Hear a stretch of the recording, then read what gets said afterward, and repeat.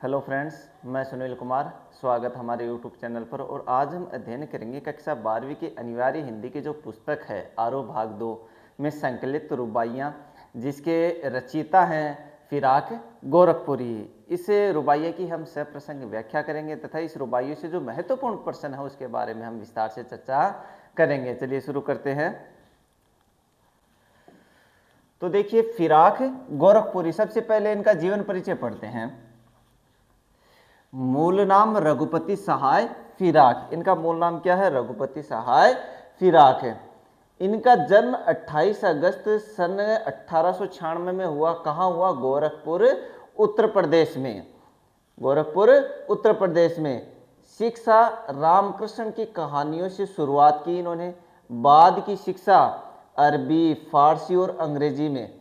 1917 में deputy collector के पद पर चयनित। ये देखिए भाई, काफ़ी बड़ी उपलब्धि है।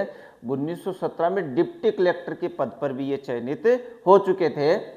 पर स्वराज आंदोलन के लिए 1918 में पद त्याग दिया। अब 1918 में जो आंदोलन चला था, महात्मा गांधी द्वारा चलाया गया था स्वराज आंदोलन, उसमें क्या है, उन्होंने इस पद का त्याग कर दिया। 1920 में स्वाधीनता आंदोलन में हिस्सेदारी के कारण 1.5 वर्ष की जेल, 1920 में इन्होंने क्या, आंदोलन में हिस्सा लिया और इस हिस्सेदारी की वजह से इन्हें जेल भी जाना पड़ा। कितने समय तक? 1.5 वर्ष तक जेल भी जाना पड़ा। इलाहाबाद विश्वविद्यालय के अंग्रेजी विभाग में अध्यापक भी रहे। तो ये इनका जीवन परिचय है। आगे देखिए, इन्हें सम्मान कौन कौन से मिले हैं? गुले नगमा के लिए साहित्य अकादमी पुरस्कार मिला है, अकादमी। तो कौन सी रचना के लिए मिला है? गुले नगमा के लिए इन्हें साहित्य अकादमी पुरस्कार से भी सम्मानित किया गया है। ज्ञानपीठ पुरस्कार और सोवियत लैंड नेहरू अवार्ड भी इन्हें मिल चुका है। इनके महत्वपूर्ण कृतियां देखिए, गुले नगमा, बज़्म जिंदगी, रंगे शायरी, उर्दू गजल गोई, और निधन कब हो गया? 1983 में। तो ये इनका जीवन परिचय है। चलिए बढ़ते हैं आगे। अब कक्षा 12वीं की अनिवार्य हिंदी में जो रुबाइयाँ संकलित हैं उसके बारे में हम विस्तार से चर्चा करेंगे तथा इसकी सप्रसंग व्याख्या करेंगे। तो रुबाइयाँ देखिए, आंगन में लिए चांद के टुकड़े को खड़ी, हाथों पे झुलाती है उसे गोद भरी। तो सबसे पहले तो ये देखिए, ये जो रुबाइयाँ हैं, यहाँ ये जो पंक्तियाँ ये हैं, ये माता का पुत्र के लिए जो प्रेम है तथा माता और पुत्र का जो व्यवहार होता आपस में, उनकी जो क्रियाएं होती हैं, उसकी उन क्रियाओं को इन रुबाइयों के माध्यम से व्यक्त किया गया है। तो देखिए, आंगन में लिए चांद के टुकड़े को खड़ी, यहां ये जो चांद के टुकड़े शब्द आया, ये किसके लिए आया है? बेटे के लिए आया है या बच्चे के लिए आया है। ठीक है, तो आंगन में लिए चांद के टुकड़े को खड़ी, हाथों पे झुलाती है उसे गोद भरी। यानी कि जो माता है वो अपने पुत्र को अपने आंगन में अर्थात चांद के टुकड़े को लेकर खड़ी है, हाथों पे झुलाती, और उसे चुप कराने के लिए, उसे प्रसन्नचित करने के लिए हाथों पे झुलाती है, उसे गोद भरी अर्थात गोद में भरकर वो झूला झुलाने का काम करती है। रह रह के हवा में जो लोका देती है, लोका का मतलब होता है उछालना, उछालना, गूंज उठती है खिलखिलाते बच्चे की हंसी। अब जैसे जो छोटा बच्चा होता है, छोटे बच्चे को क्या है, जैसे ऐसे गोद में भरकर ऐसे ऊपर थोड़ा सा ऊपर उछालते हैं तो वो क्या, मुस्कुराने लगता है, हंसने लगता है। तो उसी क्रिया का इसमें वर्णन किया गया है कि रह रह के हवा में जो लोका देती है, यानी कि थोड़ी थोड़ी देर में बच्चे को क्या है, वो हवा में ऊपर उछालती है। कौन? माता। गूंज उठती है खिलखिलाते बच्चे की हंसी।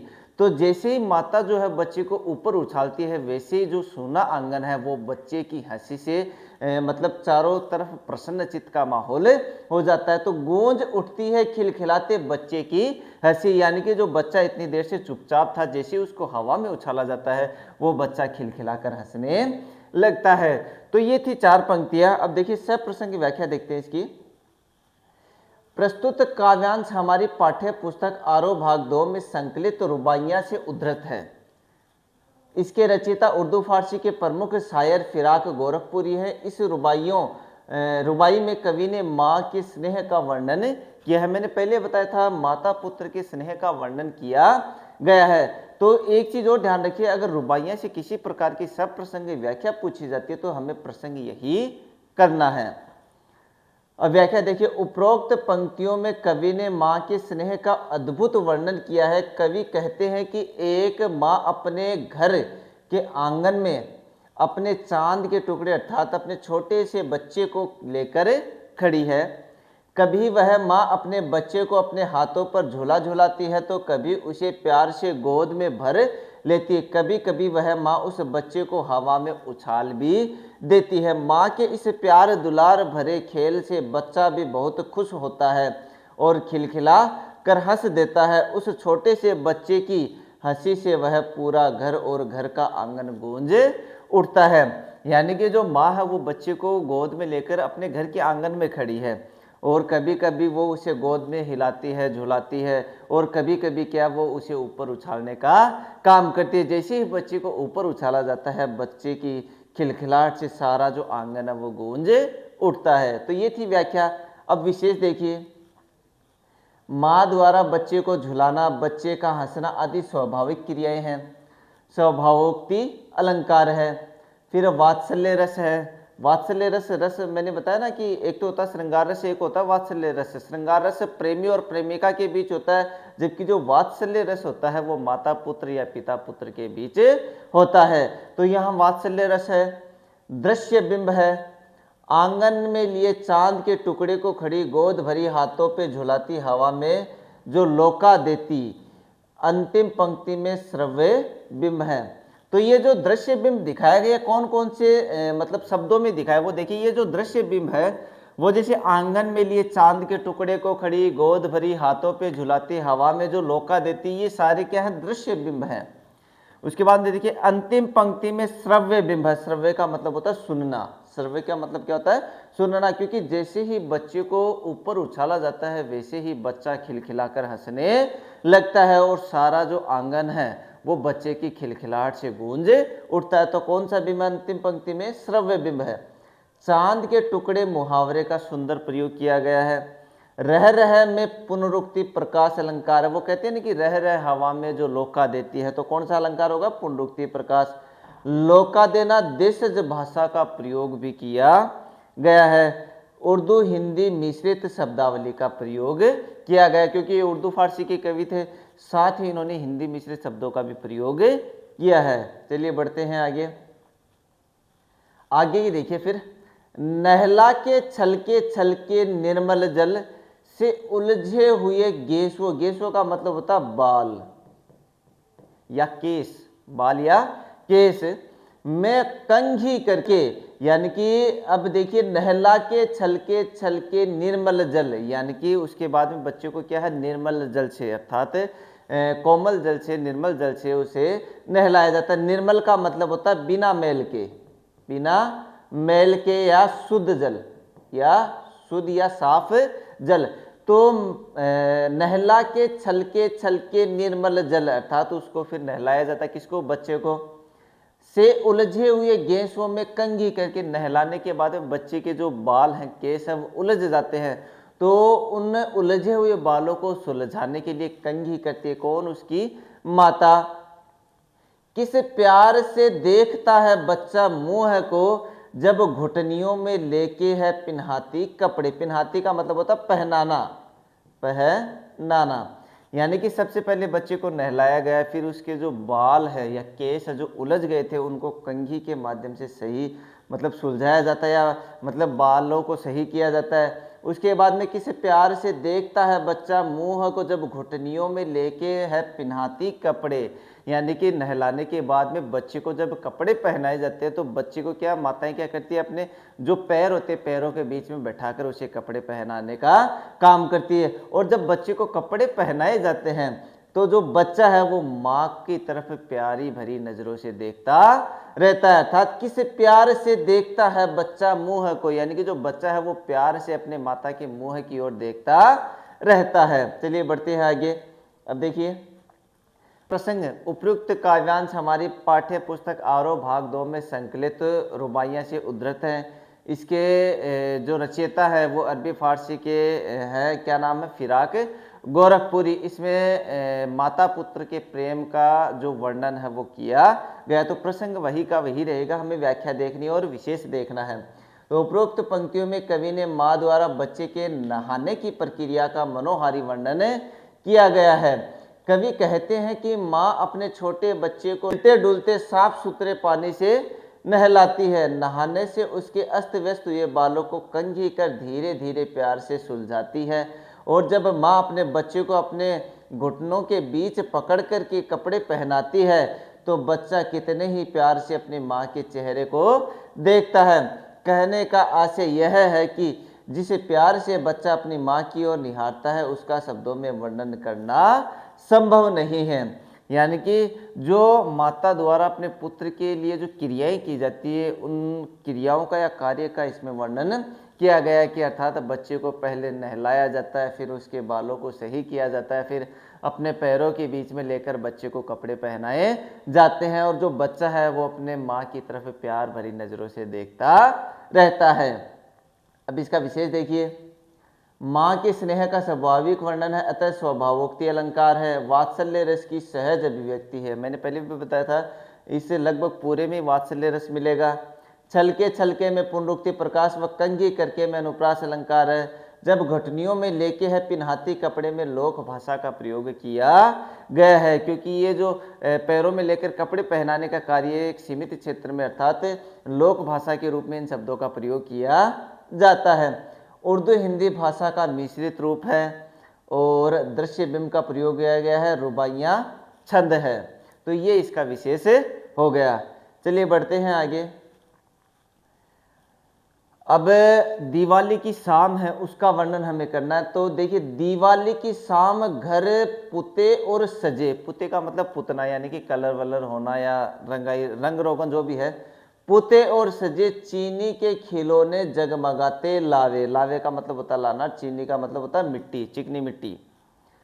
वो रूपवती मुखड़े पे एक नर्म दमक बच्चे के घरौंदे, घरौंदे का मतलब होता है घर, घरौंदे का मतलब क्या होता है घर में जलाती है दिए।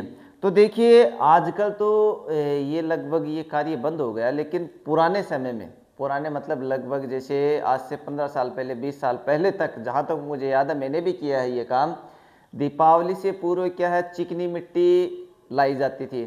चिकनी मिट्टी से एक छोटा सा मंदिर बनाया जाता था। उस मंदिर में लक्ष्मी जी की मूर्ति या जो चित्र होता है, मतलब उनकी जो चित्र है, जैसे लक्ष्मी जी हैं, सरस्वती जी हैं, गणेश जी है, इनकी एक जो चित्र है वो लाकर उस मंदिर में चिपकाया जाता था। तो कहने का मतलब है ये क्या बता रहा, बच्चे के घरौंदे में जलाती थी। घरौंदे का मतलब होता है घर जो बच्चा बनाता है, जो लगभग 10-12 ईंटों का घर बनता है, उसमें दीपक भी जलाते हैं दीपावली से पहले और उसके बाद तक दीपक जलाने का काम करते हैं, उसे सजाते हैं, माला वगैरह लगाते हैं। तो ये सारे काम क्या आज से 15 साल पहले तक, तो यहाँ तक कि मुझे याद है कि ये काम मैंने भी किया है, लेकिन आज के लिए सारे कार्य बंद हो चुके हैं। बंद क्या है, आज के समय में दुनिया जो है, मतलब इंसान जो है वो इतना व्यस्त हो चुका है कि वो इन सारी चीज़ों की तरफ ध्यान नहीं देता। पुराने समय में त्यौहार का मतलब एक खुशी, एक तरीके से माने तो मनुष्य के जीवन का एक ऐसा पल जो वो बार बार जीना चाहता है। लेकिन वर्तमान समय में ये सारी चीज़ें लगभग धीरे धीरे समाप्त होती चली जा रही हैं। तो चलिए देखते हैं, दिवाली की शाम घर पुते और सजे, यानी कि दिवाली की जो शाम है, दिवाली पर क्या होता है, घरों को सजाया जाता है, रंग रोगन किया जाता है। तो ये सारे काम हो चुके। चीनी के खिलौने जगमगाते लाए, और जो चिकनी मिट्टी है उसके खिलौने भी बनाए जाते हैं, लाए जाते हैं। वो रूपमती मुखड़े पे एक नर्म दमक, यहाँ माता के बारे में बताया जा रहा है कि मतलब दिवाली की शाम वो भी सजी धजी है और उसके चेहरे पर एक नर्म दमक यानी कि हल्की हल्की चमक दिखाई दे रही है। बच्चे के घरौंदे में जलाती है दिए, और जो बच्चे द्वारा घर बनाया जाता है उसमें वो दीपक जलाने का काम करती है। तो चलिए सर प्रसंग की व्याख्या देखते हैं। प्रसंग वही रहेगा जो मैंने पहले बता दिया था। अब देखिए व्याख्या, उपरोक्त पंक्तियों में कवि ने दीपावली की शाम में घर में बनने वाले वातावरण का सुंदर चित्रण किया है। कवि कहते कि दीपावली की शाम को अपने साफ सुथरे व पुताई किए हुए, रंग रोगन किए हुए, सुंदर सजे घर में माँ अपने बच्चे के लिए चीनी मिट्टी से बने खिलौने व जगमगाते हुए दिए लेकर आई है। शाम को जब वह अपने पूरे घर में दिए जलाती है तो कुछ दिए बच्चे के द्वारा बनाए छोटे से मिट्टी के घर में भी जला देती है। और यह सब करते हुए माँ का जो सुंदर चेहरा है कोमलता व ममता की चमक से दमक उठता है। कहने का आशय यह है कि जब माँ अपने बच्चे के छोटे से घर में दिए जलाती है तो उसके सुंदर मुख पर चमक आ जाती है। तो मैंने बताया ना कि मतलब बच्चे द्वारा भी एक छोटा सा घर बनाया जाता है या एक मंदिर बनाया जाता है जिसमें जो चित्र वगैरह है वो लगाए जाते हैं, दीपक जलाया जाता है और अगरबत्ती वगैरह भी जलाई जाती है। सारे काम जैसे बड़े घर में होते हैं वैसे उस छोटे से घर में होते हैं। लेकिन वर्तमान समय में ये जो सारे कार्य है वो धीरे धीरे समाप्त होते जा रहे, धीरे धीरे सारी सभ्यता समाप्त होती चली जा रही है। तो ये क्या है, जब दीपावली की शाम घर क्या है रंग रोगन किए हैं, साफ सुथरे हैं सारे, और अपने जब वो अपने सुंदर घर में दीपक जलाती है तो वो अपने से जो बच्चे द्वारा बनाया घर है उसमें भी वो दीपक जलाने का काम करती है। तो ये एक सुंदर चित्रण किया गया है, एक त्योहार के बारे में सुंदर चित्रण किया गया है कि कैसी कैसी क्रियाएं होती हैं। जो माताएं हैं वो अपने पुत्र द्वारा बनाए गए घर में दीपक जलाकर किस प्रकार प्रसन्नचित होती है। तो एक वात्सल्य रस का सुंदर सजीव चित्रण किया गया है। चलिए इसका विशेष देखते हैं। आम व्यक्ति के घर में दिवाली के अवसर पर हुई रौनक का स्वाभाविक चित्रण है। माँ की ममता का सुंदर चित्रण है, दृश्य बिंब है, रूपवती मुखड़ा व नर्म दमक विलक्षण का प्रयोग है। बिल्कुल सही है, ये थोड़ी अलग शब्द है। रूपवती मुखड़ा व नर्म दमक विलक्षण, विलक्षण का मतलब एक अलग प्रयोग हुआ है। रुबाई छंद तथा भाषा का मिश्रित रूप है। तो देखिए अगर इससे संबंधित किसी प्रकार की काव्यांश सब प्रसंग पूछी जाती है तो विशेष में देखिए 2-3 पॉइंट तो सेम अपने, जैसे दृश्य बिंब का प्रयोग है, माँ की ममता का सुंदर चित्रण है और एक रुबाई छंद तथा भाषा का मिश्रित रूप है। ये 3 पॉइंट तो इसमें सेम ही मिल जाएगी जो आपको लगभग हर काव्यांश में करने हैं। तो चलिए बढ़ते हैं आगे। आंगन में ठुनक रहा है जिद आया है, बालक तो है ही चांद पे ललचाया है। दर्पण उसे दे के कह रही है माँ, देख आईने में चांद उतर आया है। तो बच्चे द्वारा किसी चीज को पाने की जिद करना और माँ द्वारा उस जिद को दरकिनार करके उसका मन बहलाना, उस वात्सल्य रस के साथ इस दृश्य का सजीव चित्रण किया गया है। तो देखिए आंगन में ठुनक रहा है जिद आया है, बालक तो है चांद पे ललचाया है। आईना उसे दे के कह रही है माँ, देख आईने में चांद उतर आया है। यानी कि अपने घर के आंगन में जो बच्चा है वो क्या है, जिद रहा है, किसी चीज की जिद कर रहा है वो कि मुझे तो वही चीज चाहिए। चीज भी की मतलब जिद भी किस चीज की कर रहा है, बालक तो है ही चांद पे ललचाया, यानी कि बच्चा तो है ही, उसे थोड़ी ना इस चीज की समझ है कि चांद को प्राप्त नहीं किया जा सकता। तो वो क्या है, किस चीज की पाने की जिद कर रहा है, चांद को पाने की जिद कर रहा है। दर्पण उसे दे के कह रही है माँ। अब माँ के पास भी इस समस्या का समाधान नहीं है तो माँ क्या कर रही है, दर्पण अर्थात आईना लेकर बच्चे को क्या कह रही है, देख आईने में चांद उतर आया। यानी कि उस बच्चे का चेहरा दिखाकर दर्पण में माँ क्या कह रही है, देख ये जो चांद है वो कहाँ उतर के आ गया, आईने में उतर कर आ गया है। तो चलिए सब प्रसंग व्याख्या देखते हैं। प्रसंग वही रहेगा जो मैंने पहले बताया, अगर रुबाइयां से किसी प्रकार की काव्यांश से सब प्रसंग सहित पूछी जाती है तो हमें वही प्रसंग करना है।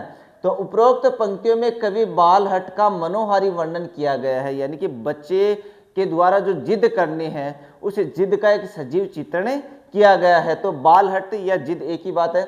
कवि कहते हैं कि छोटा बच्चा अपने आंगन में मचल रहा है और जिद कर रहा है, उस बच्चे का मन चांद को देखकर ललचाया हुआ और वह उस आकाश के चांद को पाने की जिद कर रहा है। यानी कि उसे चांद जो है वो अति प्रिय लगा, इसलिए वो किसको पाने की जिद कर रहा है, चांद को पाने की जिद कर रहा है। बच्चे की इस जिद पर माँ बच्चे को एक आईना पकड़ा देती है और फिर उस दर्पण में चांद का प्रतिबिंब दिखाकर बच्चे को समझा देती है कि देखो आकाश का चांद शीशे में उतर आया है। कहने का आशय यह है कि एक माँ अपने बच्चे की खुशी के लिए उसकी हर जिद को किसी न किसी तरह पूरा कर ही देती है। तो देखिए माँ द्वारा अपने बच्चे की जिद को पूरा करना। अंत में ये जो पंक्तियाँ आई हैं इसको 2 अर्थों में ले सकते हैं आप। पहला अर्थ तो जैसे इसमें बताया गया है कि जो माँ है वो बच्चे की जिद को छुड़वाने के लिए आईना जो है वो चांद की तरफ करके उसे क्या है, आईना जो चांद है वो आईने में दिखा देती है। और दूसरा इसके पंक्ति का अर्थ निकलेगा जो बच्चा है, जो बच्चा है वो माँ के लिए चांद के टुकड़े के समान होता है, चांद के समान होता है।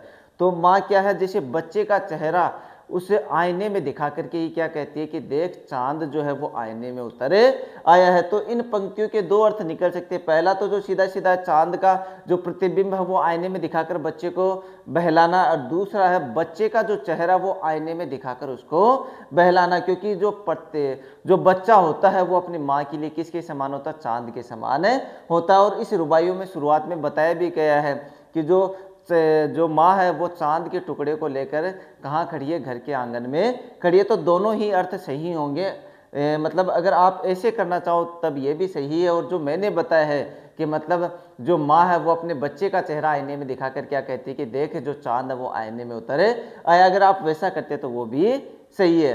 तो चलिए विशेष देखते हैं। बच्चे के जिद तथा माँ द्वारा उसके समाधान का स्वाभाविक वर्णन हुआ है, अतः स्वभावोक्ति अलंकार है। जिदियाया और हई शब्द का प्रयोग विशेष है, इससे कोमलता में वृद्धि हुई है। वात्सल्य रस घनीभूत है। चित्रात्मक शैली का प्रयोग किया गया। उर्दू हिंदी मिश्रित भाषा का प्रयोग भी किया गया है। आईने में चांद उतर आया है, सुंदर कल्पना है। ठुनक शब्द में बच्चे के बाल मनोविज्ञान का सहज वर्णन किया गया है। ठुनक का मतलब एक तरीके से जिद करना, किसी चीज के पाने की चाह रखना, तो इसमें बाल मनोविज्ञान का सहज वर्णन किया गया है। चलिए बढ़ते हैं अगले काव्यांश की ओर। अब देखिए उस समय तक तो एक बच्चे का वर्णन था, अब एक बच्ची का वर्णन है, यानी कि जो लड़की होती है वो किसके समान लगती है, तो रक्षाबंधन का जो त्योहार होता है उस समय का वर्णन किया गया है।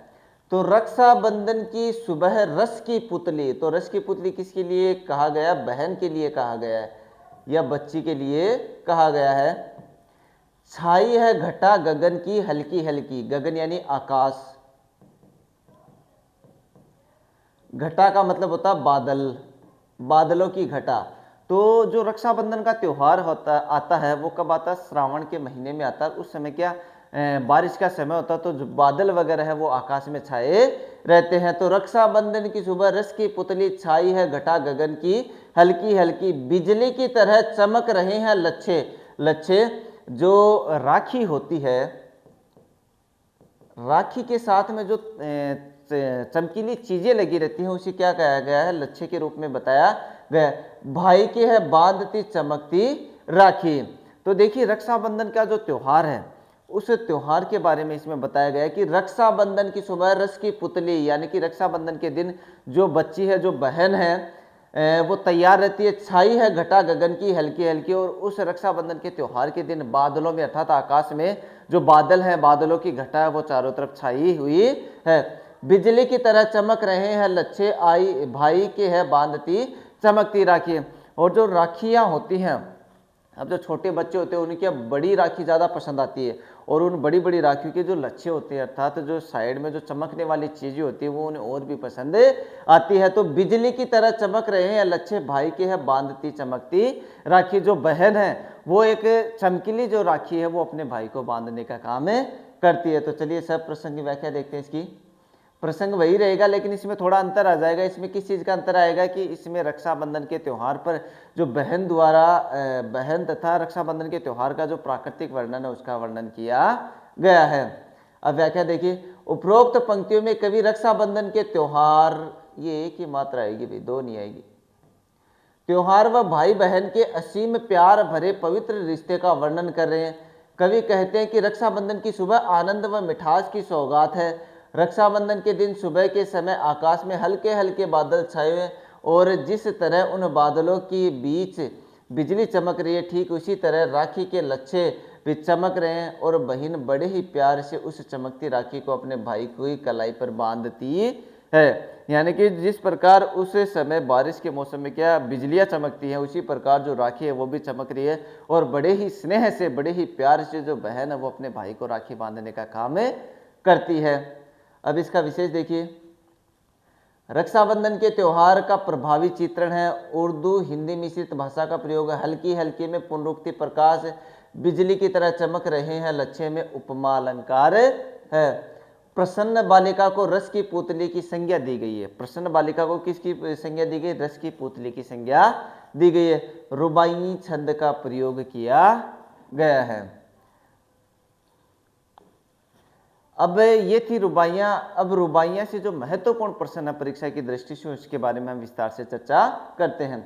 तो शायर राखी के लच्छे को बिजली की चमक की तरह कहकर क्या भाव व्यंजित करना चाहता है? तो जो शायर है वो राखी के लच्छे को बिजली की चमक की तरह बताकर वो क्या व्यक्त करना चाहते हैं? तो देखिए, रक्षाबंधन का त्योहार एक ही मात्रा आएगी। रक्षाबंधन का त्योहार सावन के महीने में आता है। उस समय हर वक्त आकाश में काले घने बादल छाए रहते हैं और बिजली भी चमकती रहती है। जिस तरह बिजली के चमकने और काली घटाओं का आपस में गहरा संबंध है, उसी तरह राखी के लच्छे भाई बहन के संबंध को व्यक्त करते हैं। इसलिए शायर राखी के लच्छे की तुलना बिजली की चमक से करता है।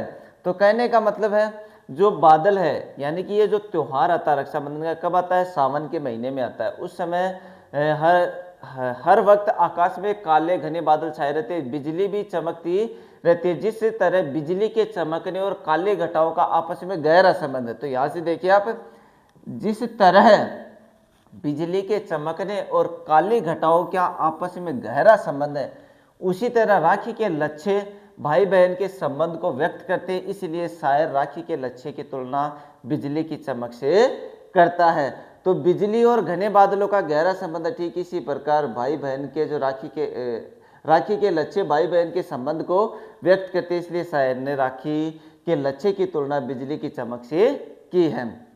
अगला प्रश्न देखिए, खुद का पर्दा खोले है। ये भैया आपके सिलेबस से ही ये प्रश्न क्या, ये जो फिराक गोरखपुरी है, इनका एक काव्यांश और था इस अध्याय में, लेकिन वो जो काव्यांश है, वो जो पद है, वो आपके सिलेबस से हटा दिया गया, इसलिए ये प्रश्न अपने काम का नहीं है। वो गजल थी। चलिए आगे देखते हैं। माँ अपने बच्चे को किस तरह प्यार दुलार करती है? तो हमें उस काव्यांश के आधार पर, रुबाइयों के आधार पर हमें बताना है कि जो माँ है वो अपने बच्चे को स्नेह किस प्रकार करती है। तो माँ अपने घर के आंगन में अपने चांद के टुकड़े अर्थात अपने छोटे से बच्चे को लेकर खड़ी है। कभी वह माँ अपने बच्चे को अपने हाथों पर झुलाती है, तो कभी उसे प्यार से गोद में भर लेती है। कभी कभी वह माँ उस बच्चे को हवा में उछाल भी लेती है। माँ के इस प्यार दुलार भरे खेल से बच्चा भी बहुत खुश हो जाता है और खिलखिलाकर हंस देता है। उस छोटे से बच्चे की हंसी से वह पूरा घर और घर का आंगन गूंज उठता है। तो माँ द्वारा अपने बच्चे को किस प्रकार स्नेह किया जाता है, वो रुबाइयों के आधार पर हमें व्यक्त करना है। तो देखिए, माँ जो है वो अपने बच्चे को अपने घर के आंगन में गोद में लिए कभी इधर घूम रही, कभी उधर घूम रही, साथ ही बीच बीच में कभी बच्चे को हवा में उछाल देती है। जैसे बच्चे को हवा में उछाला जाता है, तो बच्चे की खिलखिलाहट से जो सारा आंगन है वो गूंज उठता है। चलिए अगला प्रश्न देखते हैं। माँ द्वारा बच्चे को नहलाने का वर्णन करना है हमें, कि माँ जब अपने बच्चे को नहलाती है तो उसका वर्णन हमें करना है। तो देखिए, माँ अपने छोटे से बच्चे को हिलते डुलते साफ सुथरे पानी से नहलाती है। नहाने से उसके अस्त व्यस्त हुए बालों को कंघी कर धीरे धीरे प्यार से सुलझाती है व संवारती है। और जब माँ अपने बच्चे को अपने घुटनों के बीच पकड़ कर के कपड़े पहनाती है, तो बच्चा कितने ही प्यार से अपने माँ के चेहरे को देखता है। कहने का आशय यह है कि जिस प्यार से बच्चा अपनी माँ को निहारता है, उसका शब्दों में वर्णन करना संभव नहीं है। तो ये देखिए, जो काव्यांश आया था, उस काव्यांश का अर्थ ही सीधा सीधा लिखना में।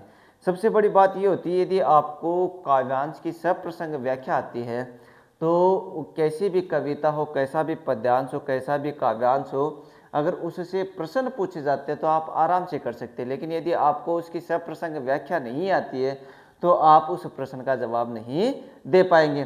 तो देखिए, ये माँ द्वारा अपने बच्चे को नहलाने का वर्णन करना, ये काव्यांश पहले हमने इसकी सप्रसंग व्याख्या करी थी, सेम वही का वही है, यानी कि उस पूरे काव्यांश का वर्णन हमें करना है। लेकिन इस प्रश्न का जवाब हमें व्याख्या के तौर पे ही देना है, यानी कि वो विशेष और प्रसंग नहीं करना है।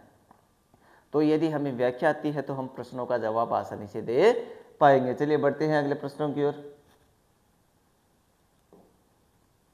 अगला प्रश्न देखिए, दीपावली में माँ बच्चे की खुशी का ख्याल कैसे रखती है, यानी कि दीपावली के जो त्यौहार होता है उसमें बच्चे की खुशी का जो ध्यान है वो माता किस प्रकार रखती है, उसका हमें वर्णन करना है।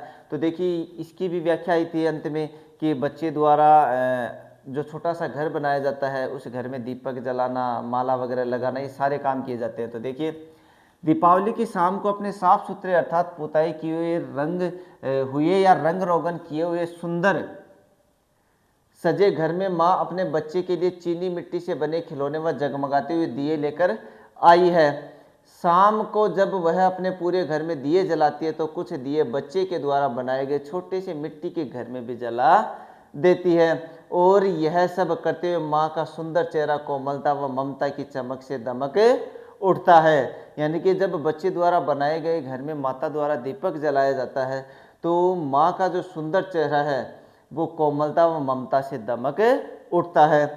कहने का आशय है कि जब माँ अपने बच्चे के छोटे से घर में दिए जलाती है तो उसके सुंदर मुंह पर चमक आ जाती है। तो माँ द्वारा अपने बच्चे द्वारा मतलब अपने बच्चे की क्रियाओं का पूरा ध्यान रखा जाता है। तो चलिए बढ़ते हैं अगले प्रश्न की ओर। अगला प्रश्न है, बच्चा माँ से कैसी जिद करता है और माँ कैसे उसकी जिद को पूरा करती है। तो देखिए ये व्याख्या भी आई थी हमने, जिसकी सब प्रसंग व्याख्या की थी। तो बच्चा क्या है, चांद को पाने की जिद करता है। जब वो जिद छोड़ता नहीं है तो माँ क्या करती है, आईना लेकर आती है और उस आईने में माँ क्या है, चांद को दिखाती है और क्या कहती है कि देख जो चांद है वो आईने में उतर आया। तो जिद का समाधान कैसे करती है, उस जिद को कैसे पूरा करती है, एक आईने के माध्यम से उस जिद को पूरा करती है। तो देखिए बच्चे का मन चांद को देखकर ललचाया हुआ है और वह उस आकाश के चांद को पाने की जिद कर रहा है। बच्चे की इस जिद पर माँ बच्चे को एक आईना पकड़ा देती है और फिर उस दर्पण में चांद का प्रतिबिंब दिखाकर बच्चे को समझा देती है कि देखो आकाश का चांद शीशे में उतरा है। शीशा मतलब आईना।